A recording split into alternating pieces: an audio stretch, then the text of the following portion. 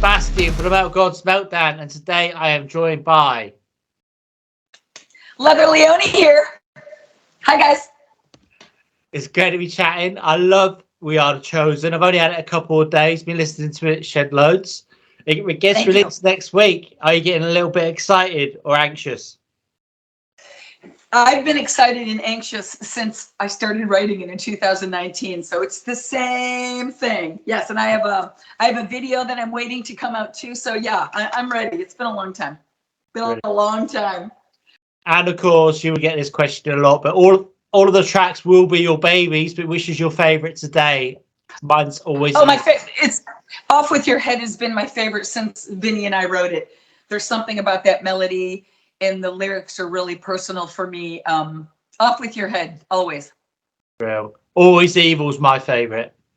Yeah. Really? Yeah. A lot of people have been saying that. Yeah, thank you. That's cool. Okay, so Hello Ground is dedicated to Ronnie James Dio. You met him many times, of course, but is there one particular meeting that you're particularly fond of? Yes, the first time I met him, my band member had gotten on his bus before me, and I don't know how old you are, Seb, but it was the day of the cassette, and she had given him the cassette of. She had given him the cassette of what we were doing, and I walked on the Dio bus, and besides the fact I was a total fangirl, my voice was blasting, and he was going, "Who's this? Who's this?" And it was just the first time I met him, and the first time I sat across from him, and that was just I couldn't say anything. All I could do was stare at him and his aura. And I just started talking to him about music and magic and all this crazy crap. I'm sure he thought I was a crazy woman, but yeah, that was pretty monumental the first time I saw it. And he's like this. He's tiny, so. Amazing.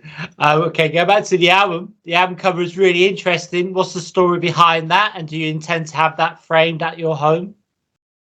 I do. That is done by Marcelo Vasco, who I haven't met him. Social media through Vinny Tex, my guitar player. They're friends. And I knew that he did all the Slayer covers and the Creator in Machine Head. He does like these extreme metal band covers, and I wanted to go in that direction. I love extreme metal. I don't do it, but I love it. I love all the iconic things that they have, and my musical life at that point was in chaos.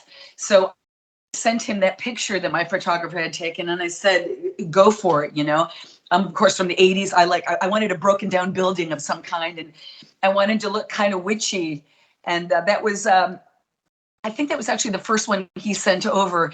And also it's different for me because I don't usually do all that color. You see how bright it is. So I was kind of, But yeah, I love that piece of artwork so much. Marcelo Vasco from Brazil did that for me. Awesome. I've just got an interview back from David Chastain, and I've asked him about some things like when you've been on tour, what's the most outrageous thing? And he said that you weren't supposed to use the Kiss landing boards or something, but you did. Were they funny? Yeah. Were you okay? Well, come on. That was the first time I ever played a freaking Coliseum. There were 18,000 people. I was like, yeah. And Paul Stanley had given me his rules. Come on, dude. I did everything he asked me not to do. And Gene Simmons was laughing, of course. Paul Stanley was pretty pissed. And I thought it was pretty cool to have Paul Stanley from Kiss pissed at Leather Leone. I kind of liked it. But yeah, because it was ridiculous, I mean, it was Kiss. Nobody cared what I did anyway. They were all there for Paul, so it was funny. 89, I think it was. Yeah. Can you tell us plans for the rest of the year? Will you be doing a tour, and are there hopes to get over the pond? Yes. Oh God, I've been trying to get over the pond, as they say, for a while. Yes, I do want to tour. That's what my priority is now. It's kind of a difficult thing to do because, all the agencies are slightly backed up from everything that didn't happen in 2020. They need to make all that up. But yes, that is my goal. I will tour. That is my goal. It's my mantra every day when I get up. I will tour. Brilliant. And of course, we've all come through the nightmare of COVID. How did it affect you, and what did you do with your time? Did you shed loads of music? Yeah, that's where The Chosen came from. You know, Vinny and I were like I said, everything kind of changed for me in the end of 2019 anyway. And then when COVID hit, yeah, we just wrote. What the hell else was there to do? You know, complain and write music. And I tend to I'm not very organized, or as you can see, it's really hard for me to slow down. So it really taught me patience. Be patient. You know, you could let a song relax for a while.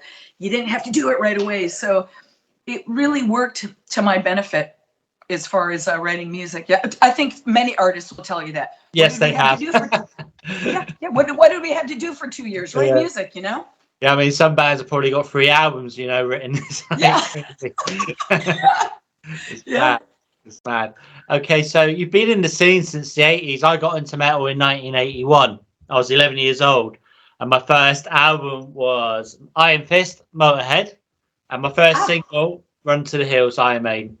So going back to those great days, it was a different world. It was a better world, in my opinion. Are you glad you started out in music back then rather than now? Yeah, you know, I realize that because my co-writer and the guitar player, Vinny Tex, is very young.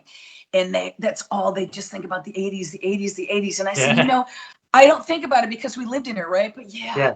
It was pretty freaking cool. You could play anywhere. There was always a club to play in. You always got paid.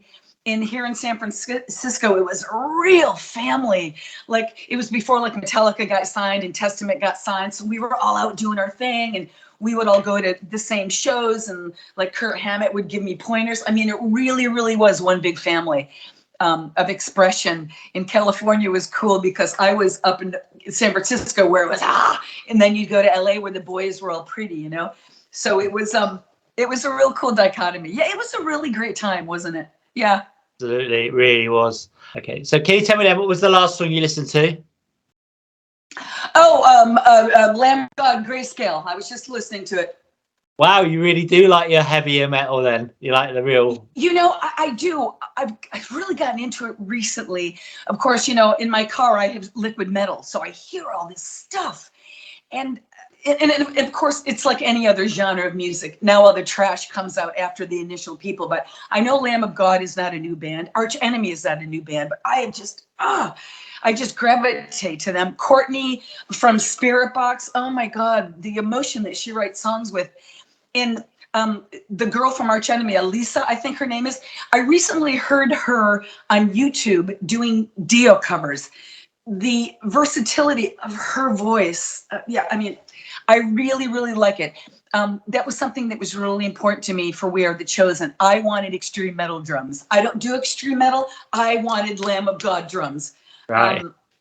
And I think Hurt Studio and Braulio Germán did those for me. He laid them down. He did Leather too also. That was really important to me. But yeah, I do. And Vinny has played that type of music. So he kind of pulled from that too. I think that's what modernized the record for me. You know, because I could do sing Sabbath all day long, but he kind of modernized the sound for me, I think. Cool. And I mean, of course, like, females in the metal scene have come on so much over the years, and it's fantastic. It is. It is fantastic. And they're just kicking so much ass. I'm like a proud mother. You know, I'm really proud of all of them. Yeah, it's fantastic to see. I don't understand, or I can't suss out where they get the growls from, because they're just insane, aren't they? If I growled like that, I'll faint. Well, you know, it's what you practice, and there is a proper way to do it. Because remember, when I came out, I was extreme, right? Yeah. So there's definitely a way to sing. You know, people that are doing it year after year after year, you learn how to sing. I mean, it's like a muscle. You have to train it and work it out all the time. But yeah, and that's what I love about Randy from Lamb of God. In all his crazy growls, you can still hear every word. He pronunciates. Oh, I love the guys. I love. I wish I could tour with them. That'd be fantastic. They'd blow me off the stage, but yeah, I'd love it. That'd be fantastic. All right, and so go back to Ronnie James Dio. I know you're a massive fan, like myself. What would you say is your favorite song then that he ever wrote? You know, I really love Heaven and Hell, of course, is a classic. A Shiver. You make me shiver. I've recently gotten into Dehumanizer or Dehumanizer. I don't know. It's hard to say. And then I heard the stuff that he did with the guy from Kansas. I mean, all the time, you know, because I honestly, didn't know the extension of his catalog, but I really like Shiver. I like Dehumanizer, period, because you could tell he was going through a lot of crap during that record in his personal life. But you know, Heaven and Hell, Gates of Babel, A Stargazer. Oh my God, please, you know, pick one. He never did anything halfway. And I used to talk to him about that, about how, because everybody can write songs, but how you kept that magic and that just that feeling going through a record. You know, I think he was just blessed. I think he was from another planet. It was one of a kind. And he told me, yeah, and it was something in this life from Shockwaves was written about that, because he told me the first meeting, he said, you just have to keep doing it. You'll acquire it with age. It's peace of mind. It's something in this life that you will acquire. And I just always remember that. And now that I'm older, now I get what he means. Now I understand. I didn't understand it then, but I understand it now. Okay, then. So, like I say, I asked Chastain this question. So, what is the most outrageous thing you ever done in the name of rock and metal? You know, I'm not a crazy person like that. I'm trying to think. No, I don't have that craziness. I mean, it's always been, I'm way too serious about it. I always stay really straight and sober during those periods of time. Yeah, I really don't have any crazy stories. It's all just business for me. Rehearsal the show, and then run afterwards. Yeah, I'm not very exciting. We are on stage. That's where it matters, man. So with the album, what formats is it coming out in? Is it just coming out on CD? Are you having it out on vinyl? Oh no, everything vinyl. We're streaming it vinyl and CD. Yes. That's excellent. So would you be doing like any fan packages where you sign the albums and things like that? Yeah, I'm actually, I'm going to do that. I mean, I have them send me some stuff because I have a bunch of people that would like it. Yeah, people can do that through me. You can DM me on my Facebook and I'll take care of that. They're doing their own, you know, Steamhammer's doing their own packages. But of course, I'm in the US, they're in Germany, Vinny's in Brazil. How can we sign anything? You know? So I'm going to get some stuff though, and you can I'll dole it out myself. That's excellent. Okay, so next one is, can you tell me why we should check out We Are the Chosen? Yes, because I've been around a long time. This is the most excited I've ever been. These songs are so planned out. It's the most professional thing I've ever done. Like I said, I've been around since 1927. It's just the best record. I spent a lot of time on it. I have a new co-writer that's very young and very eclectic. So he really helped me write all this. It's just a kick-ass freaking record. You can't write me off. It's just a kick-ass record. Absolutely. Okay, so next one is 5 questions, yeah? So the first one is vinyl or digital? Oh, vinyl. Pizza or beer? Beer. Cool, good answer. Yeah, I've got my San Miguel. I've got my beer. Thrash metal or traditional metal? Probably traditional. Traditional, yeah. Cool. Are you a saint or a sinner? A sinner, dude. Right on. Yeah, absolutely. Absolutely. Right. And the final one, who would you rather be stuck in a lift with, Joe Biden or Kermit the Frog? Kermit the Frog. Well, he rocks, yeah? He's a dude. I love Kermit. Yeah.